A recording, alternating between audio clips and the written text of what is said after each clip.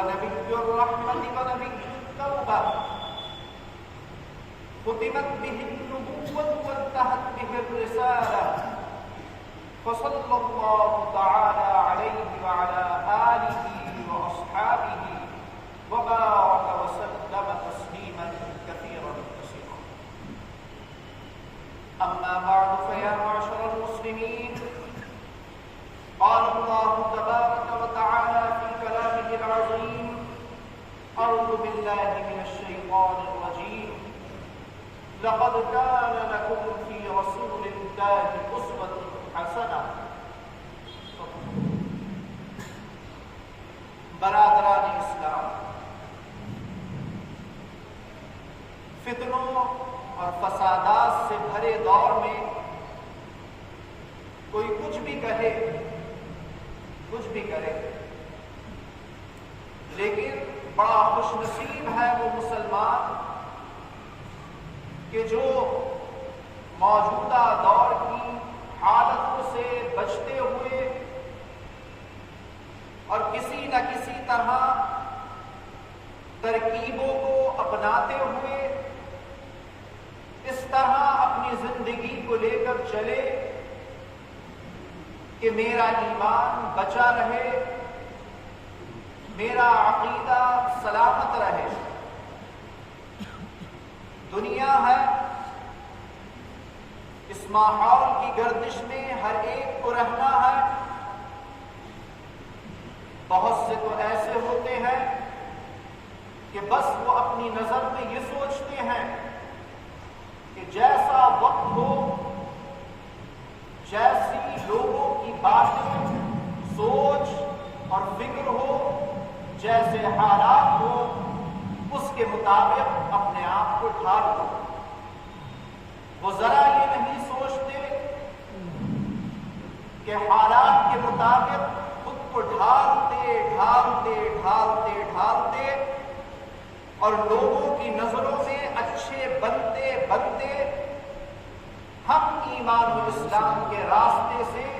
کتنی کتنی دور نکل آئیں۔ کچھ بندے اللہ کے ایسے بھی ہوتے ہیں کہ جن کو خدا یہ توفیق دیتا ہے کہ ایک حد تک، جہاں تک اسلام اجازت دیتا ہے، جہاں تک کوئی برائی پیدا نہیں ہوتی ہے، اس حد تک تو لچک اپنے مزاج میں وہ اختیار کرتے ہیں، لیکن جب وہ یہ دیکھتے ہیں کہ اس سے زیادہ آگے بڑھنے سے ہمارے ایمان و اسلام کو خطرہ پیدا ہو سکتا ہے، تو اللہ تعالیٰ اپنے کچھ بندوں کو یہ توفیق دیتا ہے کہ ہر دنیا کی تعریف سے منہ موڑ کر، ہر ایک سے بے پرواہ ہو کر، چاہے انہیں کوئی کچھ بھی کہے، وہ ذرا نہیں سوچتے اور بس یہ سوچتے ہیں کہ ہمارا اللہ اور ہمارا رسول کیا سوچتا ہے، وہ ہم سے کیا چاہتا ہے،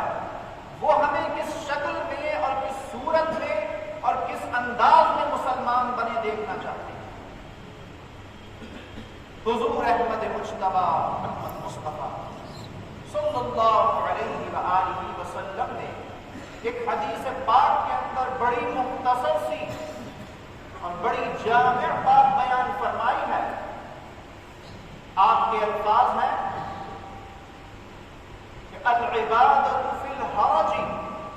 کالہجرۃ الی۔ فتنوں فسادات کے دور میں اپنی ذمہ داریوں کو یاد رکھنا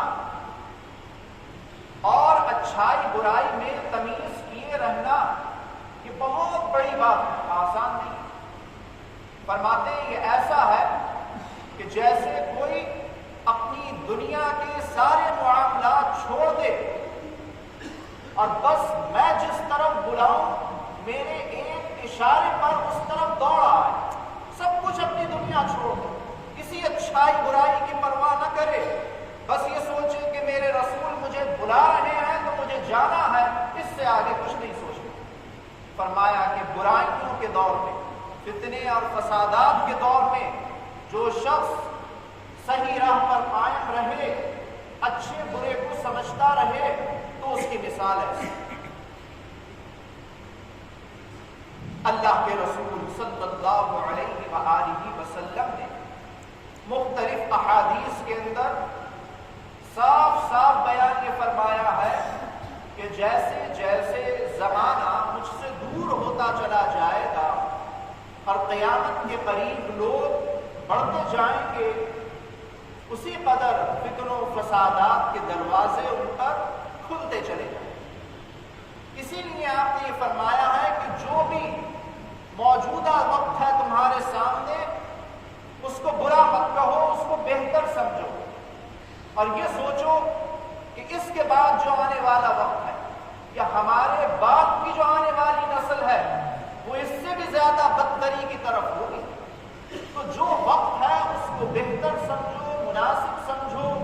اپنے معاملات کو درست رکھنے کی کوشش کرو، دلوں کے اندر اگر کدورتیں ہیں تو ان کو صاف کرو اور یہ سوچو کہ اللہ نے جو وقت بھی ہمیں دے دیا ہے زندگی میں بس وہ بہتر ہی بہتر ہے، مناسب ہی مناسب۔ اللہ کے رسول صلی اللہ علیہ وسلم سے صحابہ کرام قیامت کی علامات کے بارے میں، قیامت کی نشانیوں کے بارے میں پوچھا کرتے تھے، تو بہت سی علامات آپ نے بیان فرمائی ہیں، جیسے کہ حاکم حکمران ہوں گے مگر ان کی حکومتوں کی بنیاد ایمانداری کے اوپر نہیں رکھی ہوئی ہوگی، ظلم و زیادتی کے اوپر، بے ایمانی کے ذریعے وہ اپنی حکومتوں کو قائم کیے ہوں۔ آپ دیکھ رہے ہیں سب کچھ حالات، اور اسی میں آپ نے یہ بھی فرمایا، بہت لمبی حدیث ہے، بہت ساری اس میں آپ نے قیامت کی نشانیاں بتائی، اس میں آپ نے یہ بھی ارشاد فرمایا کہ قیامت کے قریب لوگوں کا حال یہ بھی ہوگا کہ اگر ان کے درمیان لڑائی ہوگی، فساد ہوگا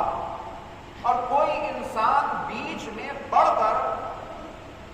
ان کی لڑائی کو دور کرانے کی کوشش کرے گا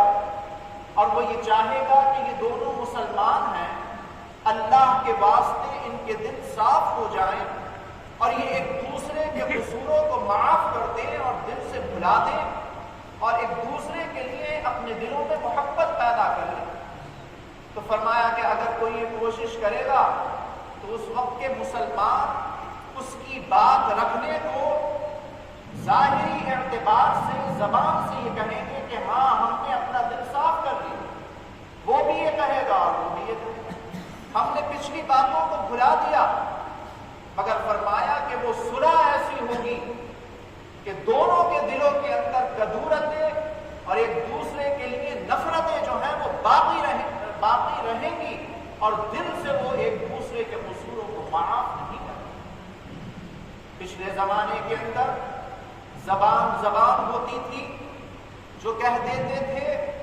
وہی دل کے اندر بھی ہوتا تھا، مگر آج اگر صلح صفائی کرائی بھی جاتی ہے تو بعد میں بھی یہی سننے کو آتا ہے کہ ہمارا دل اس کی طرف سے صاف نہیں ہوا ہے اور اس نے ہمارے اوپر یہ زیادتی کی ہے اور اگر مجھے موقع ملا تو میں اس طریقے سے بدلہ لینے کی کوشش کروں گا وغیرہ۔ اللہ کے رسول صلی اللہ علیہ وسلم نے ہر ایک بات بڑی بڑی باریکی کے ساتھ کھول کر بہت صاف انداز میں بیان کیا۔ تو اسلام ایسے نازک وقت میں اگر مسلمان پہنچے، ایسے نازک حالات سے گزر رہا ہو، تو اس کو یہی تعلیم دیتا ہے کہ اے اللہ کے بندے، تو اپنی بنیادی اور ضروری ذمہ داریوں کو سمجھتا رہے، پورا کرتا رہے، 5 وقت کا نمازی رہے، رمضان کے روزے رکھ لے اور اپنی زبان سے جتنا ہو سکے کسی کو تکلیف نہ پہنچا، اس کو روکے رکھ اور جتنا ہو سکے اپنے ہاتھ پاؤں کو خیر کے کاموں میں لگانے کی کوشش کر۔ سب سے پہلے اپنے گھر کی طرف توجہ دے کہ تیرے بچے، تیری اولاد، تیرے اہل و عیال کس راہ جا رہے ہیں۔